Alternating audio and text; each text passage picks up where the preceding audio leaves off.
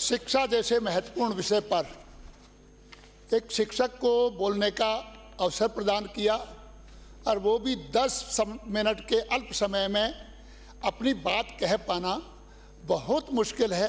फिर भी आपके दिए गए समय के अनुसार मैं अपनी बात पूरी करने का प्रयास करूंगा।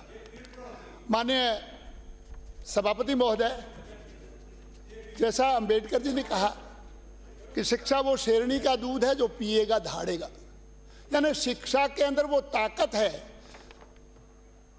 धन का भाई आपस में बंटवारा कर लेते हैं, परंतु शिक्षा का बंटवारा नहीं हो सकता। वो जहाँ पर भी व्यक्ति जाएगा उसके साथ में वो शिक्षा जाएगी और जीवन पर्यंत उसका मार्गदर्शन करेगी। इसलिए ये बहुत ही महत्वपूर्ण विषय है।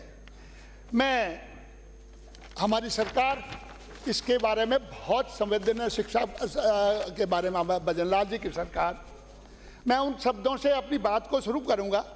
जब आंखों में अरमान लिया, मंजिल को अपना मान लिया, फिर मुश्किल क्या और आसान क्या, बस ठान लिया तो ठान लिया। मुश्किल नहीं है कुछ दुनिया में, तू जरा हिम्मत तो कर, ख्वाब बदलेंगे हकीकत में, तू जरा कोशिश तो कर। विद्या विनय को प्रदान करती है।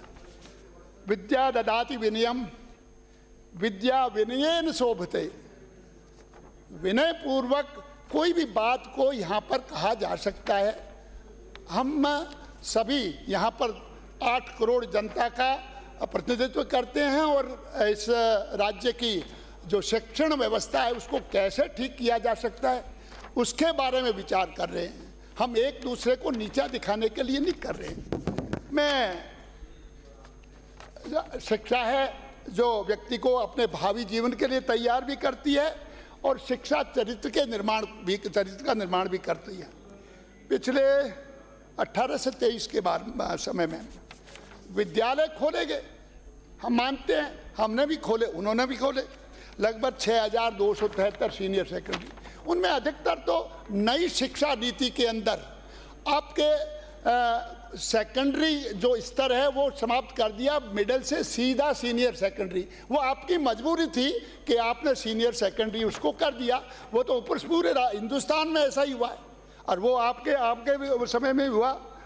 परंतु जब आपने विद्यालयों को क्रमोन्नयन कर दिया, आपका फर्ज बनता था उन विद्यालयों के अंदर पदों का सृजन तो करो, बच्चों को पढ़ाने के लिए शिक्षक तो भेजो।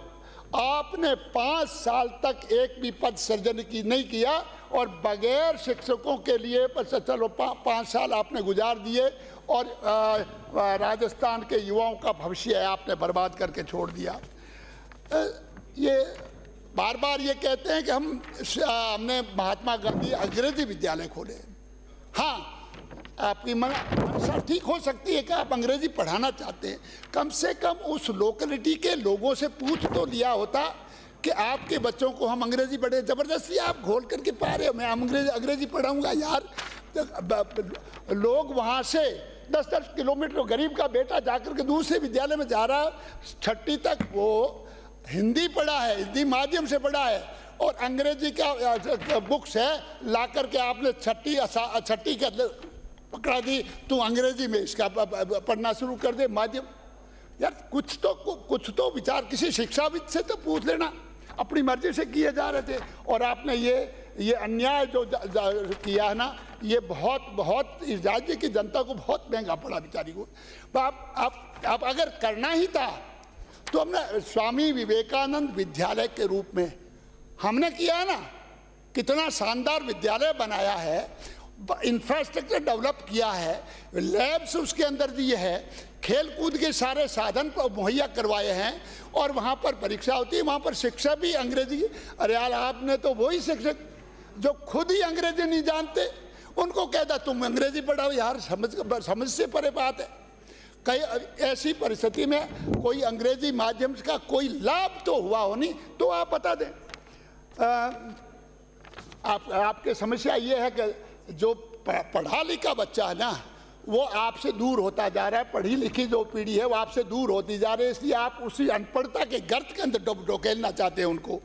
माने अध्यक्ष महोदय, सभापति महोदय, हमने 2013 से 18 के बीच में सभी पंचायत मुख्यालयों पर सीनियर सेकेंडरी विद्यालय किए और लगभग 6,500 तो विद्यालय एक साथ में खोले और वहाँ पर पद सृजित किए और वहाँ पर शिक्षक भी लगाए। और वो जो 13 से 18 वो शिक्षा विभाग के लिए एक स्वर्णिम काल था। माननीय अध्यक्ष जी उस समय शिक्षा मंत्री थे, राज्य मंत्री थे, परंतु कैबिनेट मंत्री आकर कहता था कि ये करना पड़ेगा। वो कहते नियमों में आएगा तो ही करूँगा, चाहे कुछ भी कर लो, कुछ तो आप अपने को रखना पड़ेगा। और उन्होंने स्टाफिंग पैटर्न लागू किया। स्टाफिंग पैटर्न का मतलब जितने स्टूडेंट्स हो उस हिसाब से पद सृजित करो और वो वहाँ पर पढ़ाने का काम करो। यार आपने असमान वितरण कर दिया। उन्होंने काउंसलिंग से शुरू किया, यानी काउंसलिंग के माध्यम से शिक्षकों लगाओ। जहाँ पर 70 मान लो 70% पद आपने भरे हैं तो बॉर्डर की स्कूल में भी 70% पद भर कर करें। सभी जगह पढ़ाई चल रही थी। वहाँ उस समय में बोर्ड की परीक्षा में गवर्नमेंट स्कूल के बच्चे मेरिट में आने लगे थे और उस जो एनरोलमेंट इतना बढ़ गया था। वापस ये अंग्रेजी विद्यालय में जहाँ 1500 स्टूडेंट्स हुआ करते, वहाँ पर 150 पे आ गए। वो पता नहीं या तो प्राइवेट स्कूल में जाने के लिए मजबूर हो गए बेचारे, और या दूर के विद्यालय में गरीब का बेटा वहाँ पर जाकर के पढ़ने लगा। आपको मैं तो अंग्रेजी पढ़ाना चाहता हूँ, अरे अंग्रेजी का विद्यालय खोलना ही था तो आप पंचायत समिति स्तर पर सारे इंफ्रास्ट्रक्चर डेवलप करने के बाद में वो खोलते, अंग्रेजी अध्यापक लगाते और वो व्यवस्थाएं करते। जैसे मॉडल स्कूल में मेरा आपसे निवेदन है शिक्षा मंत्री जी, आप अंग्रेजी विद्यालय के स्कूल रखिए, परंतु एक पंचायत समिति में क्लस्टर वाइज 2-3 विद्यालय खोल करके उनके अंदर अंग्रेजी विद्या पढ़ाने की सारी व्यवस्था मॉडल स्कूल के तर्ज पर कीजिए। और अभी ये जो जबरदस्ती जो किए गए हैं सिर्फ बोर्ड लटका करके, वहाँ के लोगों से पूछ लीजिए क्या वो अंग्रेजी माध्यम से पढ़ना भी चाहते हैं कि नहीं चाहते हैं। यार जो अभिभावक नहीं चाहते और आप कह रहे हम तो अंग्रेजी पढ़ाएंगे, और पढ़ाने वाला कौन? मेरे जैसा जो नहीं जानता है अंग्रेजी, वही मास्टर जो अंग्रेजी की ABCD नहीं जानता है। तो इस चीज को ठीक करने की आवश्यकता है। साथ ही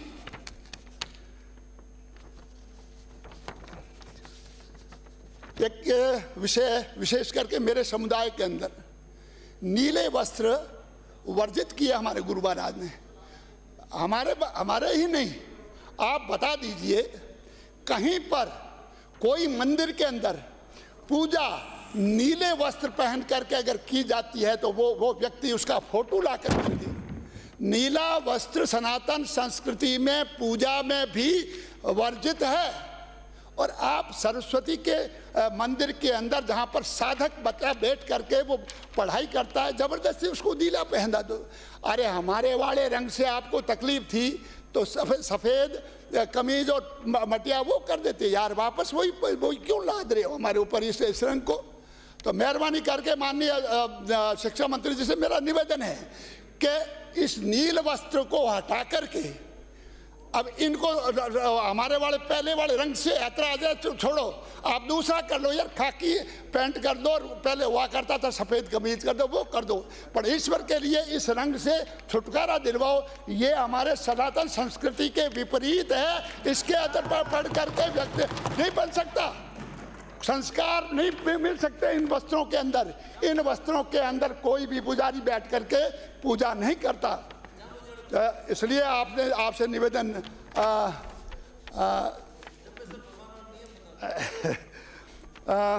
आपको अच्छी पढ़ाई के लिए कभी कभार अपने पास शिक्षक उपलब्ध नहीं होते।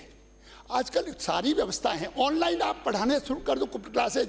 अच्छे शिक्षक जो ऑनलाइन आपको आपकी परीक्षा और वहाँ पर डिस्प्ले करके उनको पढ़ाइए। कम से कम उनको भी अधिकार है अपने में। एक दो बात करता हूँ सभी रिक्त पदों को भरिए और स्टाफिंग पैटर्न से। अरे यार बार बार हमारे पूर्व शिक्षा मंत्री ने ऐसा किया, वैसे कम से कम उन युवाओं के यार उस घाव को तो मत कुरे दो। क्या क्या किया उन्होंने, रीट की परीक्षा में क्या किया, दूसरे परीक्षा में क्या किया। ईश्वर के लिए उनको उनका अतीत मत याद दिलाओ। अब पिछले बार भी रीट की परीक्षा हुई है, एक किसी की औकात हुई है कोई नकल करने की भी तो मेरे को बता दीजिए। हम लोग परीक्षा है करवा रहे हैं। अब उन्होंने ऐसा कर दिया, वो था कुछ तो शर्म आती है कि ऐसे लोगों का गुणमान किया जा रहा है जिसके समय में इस रीट जैसी परीक्षा को कलंकित करने का काम किया। दुर्भाग्यपूर्ण था ये सब। ये सदन के अंदर इसकी चर्चा, मेरे को पता है यहाँ पर क्या कहता था, रीट का पेपर कहाँ मिलेगा, नाथी तेरे बाड़े में। यहाँ पर वो नाथी का बाड़ा यार, उस नाथी के बाड़े को ईश्वर के लिए आपने मुझे मांग संख्या 20 और 21 और 22 पर, जिसके लिए मैं आपका एवं हमारे पार्टी के प्रति